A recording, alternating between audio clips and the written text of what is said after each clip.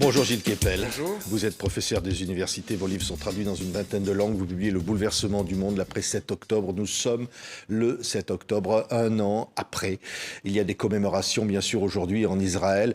Au fond, on a envie de se dire avec l'émotion qui se dégage de cet anniversaire, qu'est-ce qui a changé? De quoi le 7 octobre est-il le nom? Alors aujourd'hui, effectivement, c'est une journée d'émotion. Et c'est ça qui est très frappant, comme si, d'une certaine manière, le temps était suspendu, alors que chacun s'attendait à ce qu'il y ait, d'une minute à l'autre, la riposte israélienne à l'attaque des Iraniens qui avaient lancé des missiles sur le territoire de l'État hébreu. Et il me semble que, précisément, aujourd'hui, dans les polémiques dans lesquelles sont prises les Israéliens, après l'attaque sur le Hezbollah, la prise de bec entre Benjamin Netanyahou et le président Macron, par exemple, on est dans une journée de capitalisation de l'émotion, si j'ose dire, qui rappelle ce qu'a été l'horreur du 7 octobre, puisque tout cela a été ensuite beaucoup mis en perspective et relativisé par les ennemis d'Israël, qui ont dit, certes, le 7 octobre, mais les 40 000 ou 50 000 morts de Gaza, les 100 000 blessés, ce qui se passe au Liban, Israël est génocidaire. Vous voyez, c'était l'accusation qui a été menée contre l'État hébreu et qui construit ce que j'ai appelé le bouleversement du monde dans le titre de ce livre que vous avez gentiment mentionné. Donc aujourd'hui, d'une certaine façon, je crois que c'est une manière de remettre un peu les compteurs à zéro, rappeler ce qui s'est passé effectivement ce jour-là, qui a d'une certaine façon été noyé, relativisé dans la suite des événements. Oui, on entendait Dominique de Villepin ce matin sur France Info dire le premier responsable du 7 octobre, c'est Benjamin Netanyahou, sont les mots de l'ancien Premier ministre. Et là, il est lui-même pris dans la polémique, puisque nous voyons que régulièrement, Bernard-Henri Lévy et lui échangent des passing shots.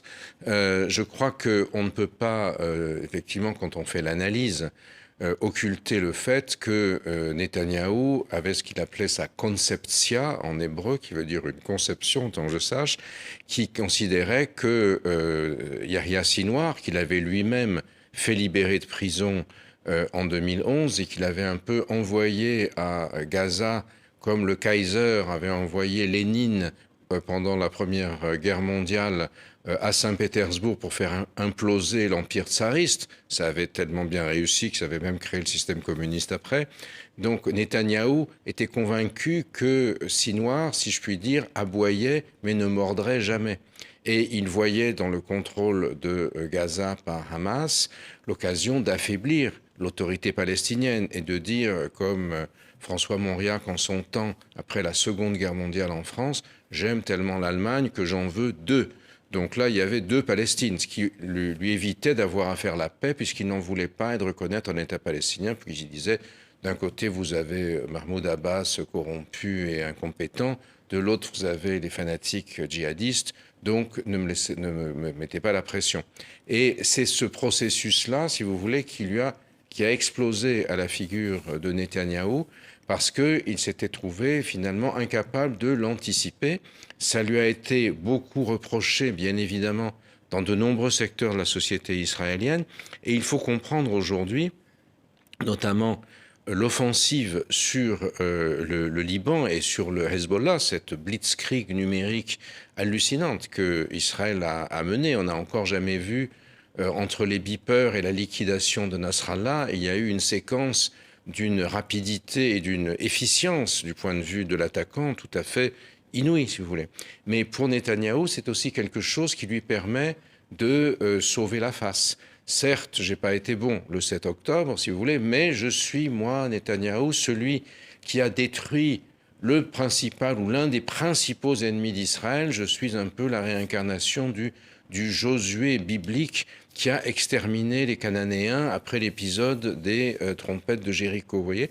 Et donc, il faut bien remettre tout ça dans une perspective, ne pas être le dupe, d'une certaine façon, des mises en scène médiatiques dont nous sommes les téléspectateurs. Oui, Gilles Kepel, évidemment, un an après, chacun se remémore les horreurs, les viols, les otages encore détenus aujourd'hui par le Hamas, dont la branche militaire, d'après Israël, a été détruite aujourd'hui. Mais néanmoins, on se souvient de ce qui s'est passé, qui est un renversement et aussi aujourd'hui un renversement de valeurs. C'est qu'au fond, l'État génocidaire, pour certains, c'est Israël. Oui, tout à fait. Et ça, c'est vraiment ce qui s'est joué le 7 octobre. Vous me demandiez de quoi c'était le nom. C'est peut-être ça. C'est le point de bascule entre une conception du monde fondée dans l'après-guerre de 1945 sur le refus de l'horreur du génocide nazi, la déclaration sur le génocide, condamnant le génocide de l'ONU qui est prise au palais de Chaillot juste la veille de l'adoption de la Déclaration universelle des droits de l'homme. Et l'Est comme l'Ouest, finalement, n'avait pas remis en cause l'horreur du génocide nazi, aussi bien les soviétiques que les Américains. Chacun s'accusait de ne pas en avoir fait assez haute, mais on ne remettait pas en cause ce fondement moral.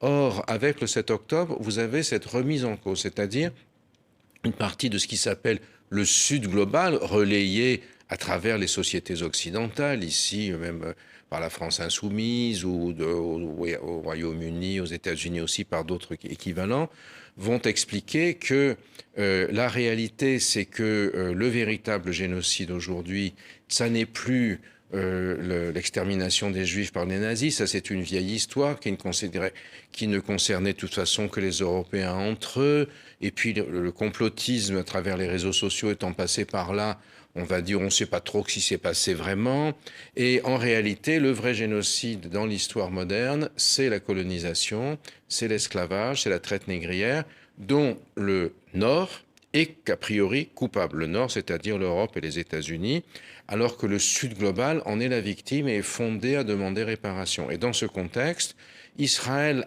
serait l'incarnation, l'exacerbation de l'ignominie coloniale qu'il mettrait en scène de nouveau sous forme génocidaire, alors que les Palestiniens seraient, eux, l'aboutissement des revendications de ce Sud global injustement méprisé. Et vous voyez comment tout cela est en train de bouleverser le monde et va jusque dans les universités. Votre serviteur a été chassé un an avant d'être officiellement à l'âge de la retraite de l'école normale supérieure parce qu'il n'était pas woke. Et les enseignements sur le Moyen-Orient ont été supprimés pour être remplacés par les études du Sud global. On voit les manifestations à Sciences Politiques. Oui. L'appel de Jean-Luc Mélenchon à mettre des drapeaux palestiniens à partir de demain sur toutes les universités. Oui, c'est ça, c'est-à-dire que le monde universitaire est devenu aujourd'hui l'otage d'une idéologie. Évidemment, ça rappelle un peu dans notre folle jeunesse quand nous étions gauchistes avec effroi, parce que nous en sommes aujourd'hui les victimes, mais il y a une espèce de janovisme, de pensée unique, où l'idéologie se substitue à la connaissance. Or, moi, quand j'ai enseigné toute ma vie, je n'ai jamais dit aux étudiants, voilà ce que vous devez penser. J'ai essayé de construire, de mettre en récit des événements depuis 50 ans, l'articulation de ce qui se passait au Moyen-Orient, ce qui se passe en Europe, etc. Après, chacun en pense ce qu'il veut. S'ils deviennent mélenchonistes ou s'ils deviennent lepénistes, ça, c'est leur problème. Moi, je pense que l'information, la connaissance, le savoir, ça vise précisément à donner les éléments de réflexion, alors que là, nous sommes dans l'ère du tweet, il n'y a plus de place pour la réflexion, plus de place pour le livre, il y a une place uniquement pour le byte, c'est-à-dire oui ou non. Oui, mais là, il y a un vrai risque d'importation encore plus grand de ce conflit. Par exemple, ici en France, où l'on note l'augmentation des actes ou des propos antisémites, où on entend des appels à l'intifada dans les rues de Paris, il y a des responsables de cette situation ? Oui, bien sûr. Si vous voulez, on est passé de l'opposition traditionnelle qui était un peu issue de 1945, cristallisée par la prise de 1945, entre la gauche et la droite, sur des critères essentiellement de répartition des bénéfices du travail. Il y avait le travail, le capital, c'était socialisé, institutionnalisé par la vie parlementaire, avec la gauche, la droite de l'hémicycle, traduit dans Le Monde de TV5 que par en termes longitudinal, c'est-à-dire vous aviez les gens l'Est et l'Ouest, Et aujourd'hui, tout ça est complètement bouleversé. C'est-à-dire qu'on est latitudinal, c'est le sud global contre le nord maléfique. Dans la société, ce sont les polarisations identitaires qui remplacent les oppositions sociales, autour, en grande partie aujourd'hui, de l'instrumentalisation de l'islam. Donc, du côté de l'ancienne extrême gauche, on a substitué la classe ouvrière d'autrefois, le prolétariat messianique qui allait faire la rédemption de l'humanité, par les immigrés, les musulmans. Et de l'autre côté, à l'extrême droite, on considère que l'islam, c'est le grand remplacement, l'abomination de la désolation, etc. Et donc, vous avez un refus de penser les enjeux sociaux. Si vous expliquez ce que c'est que le djihadisme aujourd'hui, on vous considère comme un facho. Ce qui est bien, c'est de ne pas en parler. Et de même, si vous essayez d'expliquer que les musulmans sont des gens comme les autres, qu'il y a des djihadistes parmi eux, etc., on vous considère comme quelqu'un qui est acheté par je ne sais quelle pétromonarchie. Donc on est dans y compris pour quelqu'un dans mon genre, la vie n'a jamais été simple, mais on est pris en permanence entre ce marteau et cette enclume, si vous voulez. C'est le fameux « en même temps » d'Emmanuel Macron, que certains remettent en cause aujourd'hui, quand il dit la veille arrêt des livraisons, des ventes d'armes à Israël pour Gaza, et puis le lendemain que Israël est le plus grand ami de la France. C'est le « en même temps ». Oui, alors ça, c'est la politique du président de la République qui, étant aujourd'hui affaibli, du coup, se retrouve l'objet d'une vindicte assez facile de la part de ses opposants. C'est la vie politique. Mais il faut bien se rappeler déjà que la première déclaration que vous mentionnez a été faite au sommet de la francophonie, c'est-à-dire le sud global, si j'ose dire, de la France, dont le Liban est même l'un des éléments fondateurs. C'est le pilier, celui qui reste de la francophonie au Moyen-Orient, c'est le Liban. Et on ne peut pas attendre du président de la République, le jour du sommet de la francophonie, qu'il passe le Liban par pertes et profits. Que Israël ait liquidé Nasrallah, décapité le Hezbollah, c'est la guerre, ça fait partie de l'opposition et personne, on peut lui reprocher ou s'en réjouir, mais ça c'est une position normative. Mais en revanche, que le Liban aujourd'hui subisse la violence de la guerre, que les réfugiés par centaines de milliers dorment dehors dans les rues de Beyrouth, etc. C'est une réalité que même si on se déteste le Hezbollah, c'est une réalité sur laquelle on ne peut pas faire l'impasse. Alors après, bien évidemment, ça ne signifie pas que de ce fait, on est favorable à l'antisémitisme dans les rues de France. Au contraire. Mais toute la difficulté est de tenir justement un propos qui est à la fois analytique, qui se base sur des faits, sur leur interprétation et sur leur traduction politique. Or aujourd'hui, c'est ce type de positionnement qui est de plus en plus difficile parce que vous êtes sommé de prendre position. On vous tiraille d'un côté et de l'autre et vous vous trouvez en permanence sous des tirs croisés. Oui, avec une communauté juive en France très inquiète, évidemment, et on l'entend aujourd'hui, premier anniversaire du 7 octobre, et avec aussi une autre communauté qui regarde ce qui se passe à Gaza d'une manière terrifiée, bien sûr, et qui pourrait aussi avoir des réactions. Oui, bien sûr, et il faut se rappeler aussi que nous sortons quand même d'épisodes djihadistes en France qui ont été particulièrement agités. Votre serviteur a vécu des années sous protection policière après avoir été condamné à mort par Daesh. L'éradication de Daesh a nécessité un effort considérable dans notre société, dans nos institutions, avec la création du parquet national antiterroriste, qui a été une grande réussite notamment, mais autant ce phénomène-là a été d'une certaine façon circonscrit, éradiqué, judiciarisé, on l'a vu par exemple avec tout récemment le procès de Peter Sherif, autant on n'est pas à l'abri d'une résurgence de ce type de violence, pas exactement du même mode, ce que j'ai appelé moi-même le djihadisme d'atmosphère, ce qui m'a valu toutes sortes d'avanies, encore une fois. Mais on le voit, ce qui s'est passé cet été quand un gars de la cité des Hérités de Pisevin, près de Nîmes, enfin dans la banlieue nîmoise, va se déguiser avec un drapeau palestinien et tenter de mettre le feu à la synagogue de la Grande Motte. Bon, heureusement, c'était un naze et il s'est fait attraper tout de suite, mais ce genre de choses peut se produire, si vous voulez. Et on est dans l'anticipation, on est obligé de repenser les signaux faibles, etc.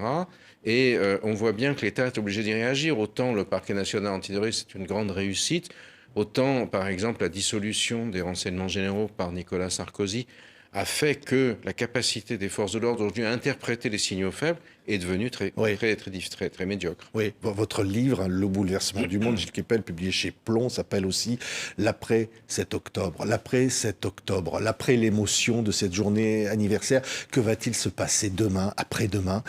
On pense évidemment à l'Iran, dont vous dites d'ailleurs que, en quelque sorte, l'Iran aurait été mis au pied du mur de cette attaque du 7 octobre par le Hamas et l'aurait appris à la dernière minute. Oui, et ça, c'est une chose qui n'a pas été soulignée suffisamment. Et dès le 3 novembre, la première prise de parole de l'axe de la résistance, entre guillemets, en soutien à Hamas, c'était celle de Nasrallah, parce que c'est le locuteur arabe. Cette fois-ci, du reste, Khamenei, le guide de la révolution, s'est fendu d'un discours en arabe, avec un accent iranien assez fort d'ailleurs. Et Nasrallah a dit, c'est pas nous. Je me souviens, vos collègues m'avaient demandé, parce qu'il n'y a plus trop d'arabisants aujourd'hui, effondrement des études arabes en France, qui est aussi un vrai problème au profit du wokisme et d'autres bêtises. Donc on n'est plus très nombreux à être capables d'interpréter et analyser. Et vos collègues m'avaient tous convoqué le 3 novembre pour savoir si Nasrallah, l'année dernière, allait annoncer la Troisième Guerre mondiale. Il a dit, c'est pas nous. Donc ils m'ont dit, ça va Gilles, tu es libre, tu peux retourner chez toi. Bon. Et c'est vrai que c'était pas eux. Parce que l'Iran et son agent, son mandataire, créé à dessein par l'Iran pour attaquer Israël, le Hezbollah, très différent du Hamas, qui est un parti endogène et indigène palestinien, frère musulman, sunnite. Hein. Il n'a pas attendu Téhéran pour exister. Donc à ce moment-là, le Hezbollah et Téhéran, eux, avaient une stratégie graduée contre Israël, une espèce de guerre d'usure avec une escalade qu'ils contrôlaient. Or, le Hamas, en prenant l'initiative avec cette journée épouvantable, 1200 morts, des massacres dont on a vu la réalité depuis lors, Human Rights Watch, par exemple, a très précisément documenté, et autres, donc ça désinhibe d'une certaine manière l'appareil militaire israélien. Autrefois, s'il y avait 10 morts en Israël, c'était un drame, Israël attaquait. Là, il y a 1200 morts. Donc, Netanyahou va se trouver les mains libres, d'une certaine manière, pour mener à Gaza la répression qui fera à son tour 40 000 et plus victimes, une grande partie de civils. Et cet engrenage qui aujourd'hui a abouti à la liquidation de Nasrallah et la décapitation du Hezbollah, c'est quelque chose dont Israël a géré le tempo, l'Iran se trouvant non plus dans une situation de choisir le moment de son offensive, mais de répliquer en défensive. Ça a été le cas quand ils ont envoyé la première salve de missiles qui n'était pas terrible, après qu'Israël avait liquidé l'essentiel des hiérarques des gardiens de la Révolution en Syrie, dont on parle aussi trop peu, maillon faible, l'acte de la résistance. Moi, je ne donne pas très cher de la peau de Bachar el-Assad maintenant. Si les gardiens de la Révolution et les gars du Hezbollah qui tenaient le régime avec des ficelles sont démantelés, ça ne va pas durer très longtemps. Et là, il n'est pas impossible que la Syrie entre dans une nouvelle phase de violence interne. Et aussi, surtout, l'Iran se retrouve en première ligne, puisqu'ils avaient payé une fortune, le Hezbollah, pour que ce soit les chiites libanais qui tirent sur Israël et qui fassent les frais de la riposte israélienne. Aujourd'hui, le Hezbollah a été très très affaibli par Israël, même s'ils sont encore présents dans le sud du pays sur le terrain, c'est leur territoire, ils ont des tunnels et puis ils ont infligé des pertes aux soldats israéliens.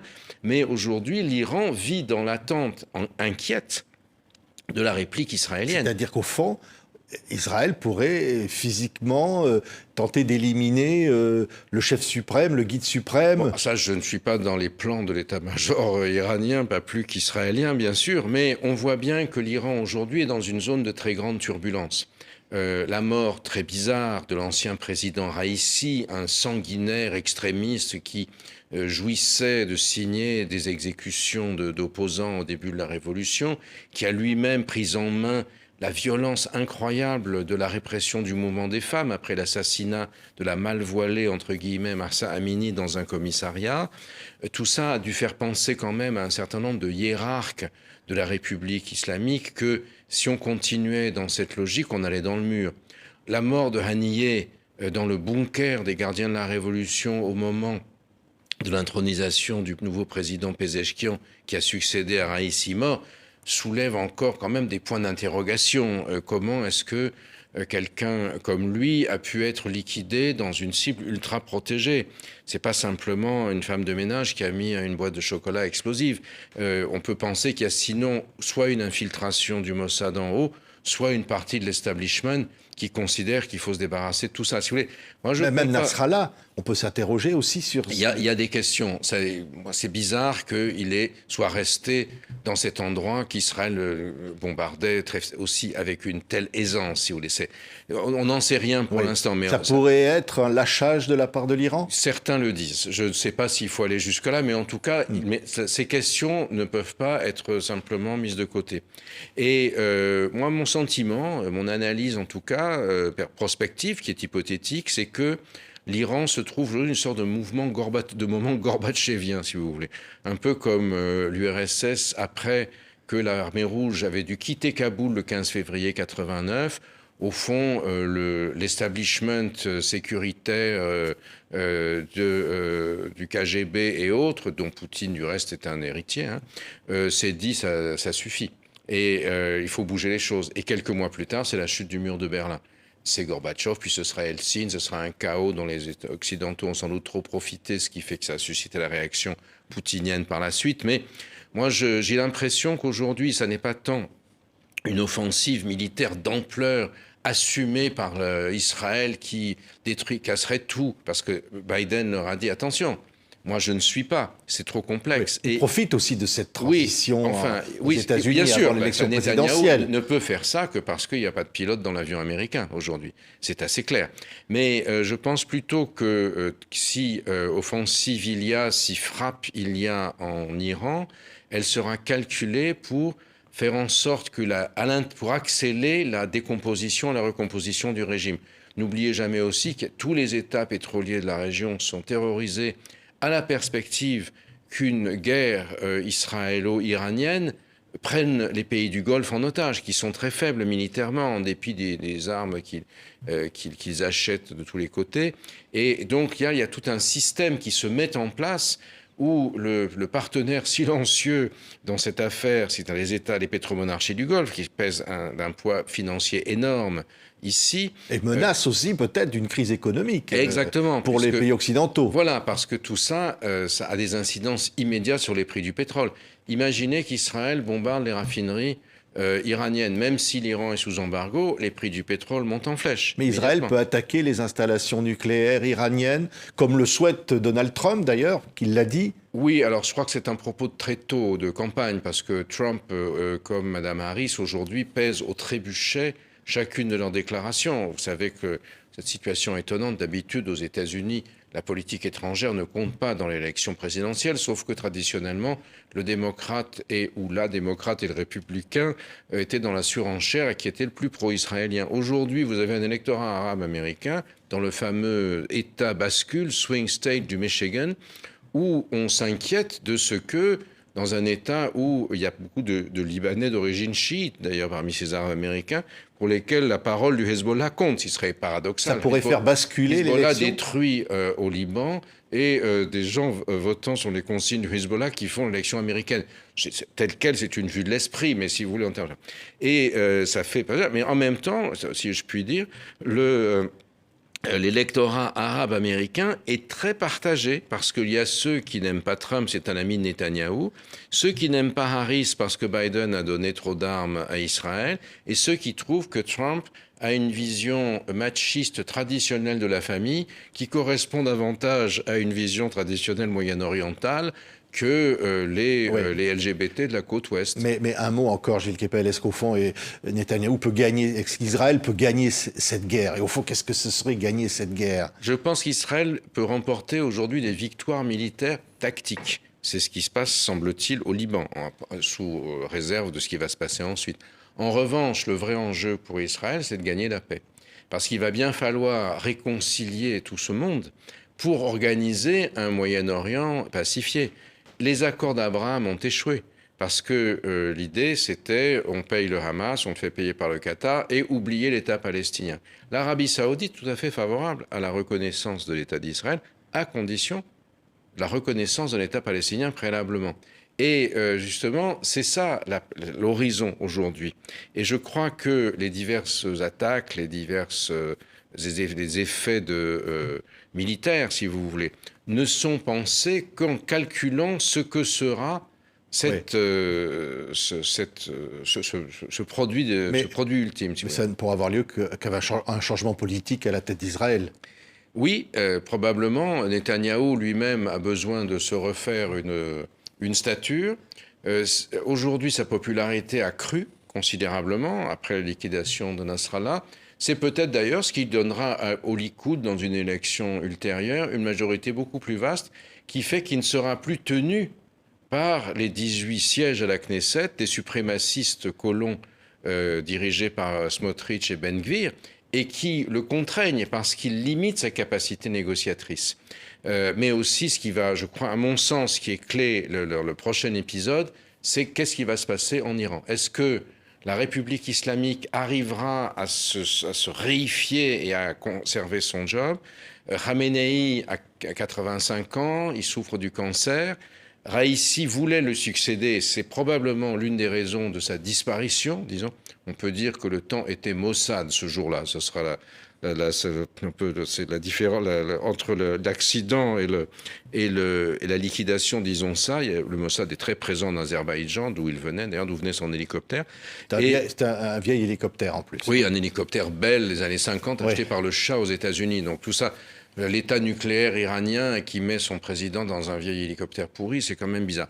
Mais donc voilà, je crois que l'enjeu, la prochaine étape dans cette grande confrontation, grand affrontement de la région, c'est que va-t-il advenir de l'Iran? Est-ce qu'il persiste dans son être de république islamique? Est-ce que ça bouge? Est-ce que c'est l'Iran traditionnel comme puissance très nationaliste qui va finalement considérer que l'exacerbation chiite est un épiphénomène et qu'il faut le mettre de côté? Tout ça, ça fait partie du jeu de cartes qui va se produire et je crois qu'on aura l'occasion d'en reparler, Patrick. Merci beaucoup, Gilles Kepel. Le bouleversement du monde, l'après 7 octobre, est publié chez Plomb. On était ravis de vous recevoir pour évoquer évidemment cette journée très particulière, anniversaire, le premier anniversaire du 7 octobre. Merci beaucoup, Gilles Kepel. Merci de votre invitation.